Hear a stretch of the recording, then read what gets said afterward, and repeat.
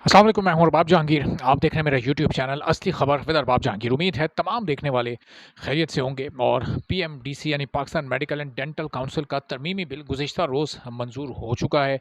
Parliament के joint session से मंजूर होकर अब वो कानून की शक्ल इख्तियार कर चुका है। अब बहुत सारे डॉक्टर्स और मेडिकल स्टूडेंट्स भी ये सवाल कर रहे हैं कि अब पीएमडीसी के मुकम्मल तौर पर फंक्शनल होने में कितना वक्त लगेगा।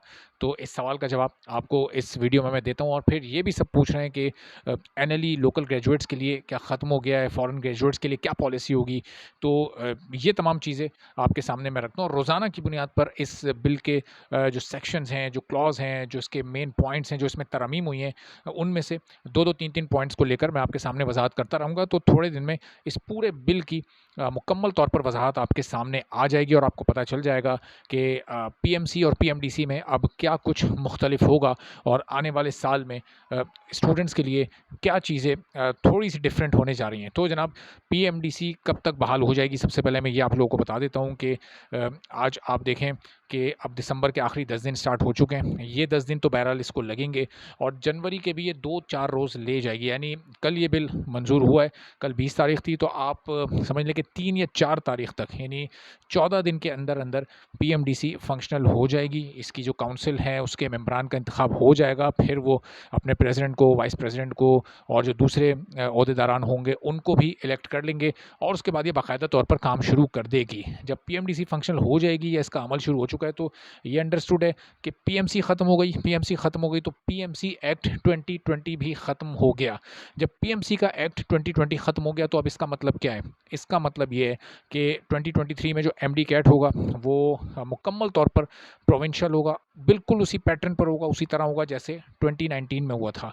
अब से कोई 3 साल पहले जिस तरह हुआ था, तो अब 3 साल के बाद यानी 2020, 2021 और ये 2022, इन 3 सालों के बाद 2023 में एक बार फिर 2019 के पैटर्न पर ही एमडी कैट होगा। तो ये एक तो सबसे अच्छी खबर आप लोगों के लिए। और फिर जो इस वक्त लोकल ग्रेजुएट्स हैं उनके लिए एनएलई ख़त्म हो गया, चूँकि एनएलई पार्ट था पीएमसी एक्ट 2020 का, तो ऑटोमेटिकली वो ख़त्म हो गया है।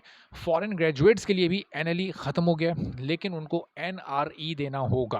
अब ये वो नेशनल लाइसेंसिंग एग्ज़ाम को ख़त्म करके ये नेशनल रजिस्ट्रेशन एग्ज़ाम, इसका आप ये बोलेंगे कि नाम इसमें थोड़ा-सा चेंज है, लेकिन मतलब तो वही है। तो ये इसके लिए आपको जो फॉरेन ग्रेजुएट्स हैं उनके लिए ये आसानी कर दी गई है कि एक तो ये साल में 2 बार होगा कम से कम, और इससे ज़्यादा भी हो सकता है। यानी पीएमडीसी कोशिश करेगी कि इसको 3 बार करवा लिया जाए या शायद 4 बार की कोशिश करें, लेकिन मिनिमम ये 2 बार तो एटलीस्ट होगा। और नंबर ऑफ़ अटेम्प्ट्स यानी आप इसको कितनी बार अटेम्प्ट कर सकते हैं, ये अनलिमिटेड होगा। यानी आप जितनी बार चाहें इसको अटेम्प्ट कर सकते हैं। जब तक आप इसको क्लियर नहीं कर लेते, कोई भी फॉरेन ग्रेजुएट जो कि ज़ाहिर है कि पाकिस्तान आकर प्रैक्टिस करना चाहता है और रजिस्टर अपने आप को यहाँ पर करवाना चाहता है, तो अगर वो एक बार एनआरई में कामयाब नहीं होता तो वो इससे मायूस ना हो, वो डिसहार्ट ना हो, बल्कि वो अगली बार के लिए अप्लाई करे। खुदा न खास्ता अगर दूसरी बार भी वो इसको क्लियर नहीं कर पाता, तब भी उसके पास ऑप्शन होगा कि वो थर्ड फोर्थ टाइम में अपने आप को क्लियर कर ले। तो ये एक बड़ी आसानी इस पीएमडीसी बिल में मौजूद है। और इसकी तफसीलात के लिए आप जो इस बिल का सेक्शन 18 है और उसकी क्लॉज 1 है, वो उसमें डिटेल से ये दिया हुआ है कि किस तरह से आप नंबर ऑफ़ अटैम्प्ट अनलिमिटेड कर सकते हैं। लेकिन ज़ाहिर है कि ये एक टाइम टेकिंग प्रोसेस होगा और कोशिश यही करनी चाहिए कि पहले ही अटैम्प्ट में इस एनआरई को क्लियर कर लिया जाए, ताकि अगली बार की ज़रूरत ना पड़े और फिर इसमें मज़ीद टाइम दरकार ना हो। तो ये इस वीडियो को भी यहीं पर तमाम करते हैं और फिर अगली वीडियोज़ में इंशाल्लाह कुछ मज़ीद पॉइंट्स के साथ, कुछ मज़ीद आपके सवालात के जवाबात के साथ आपसे गुफ्तगू होगी। तो इजाज़त दीजिए और चैनल ज़रूर सब्सक्राइब कर लें, बेल आइकॉन प्रेस कर दें ताकि तमाम वीडियोज़ आप तक फ़ौरी और बर वक्त पहुँचती रहें। इजाज़त दीजिए, अल्लाह हाफ़िज़।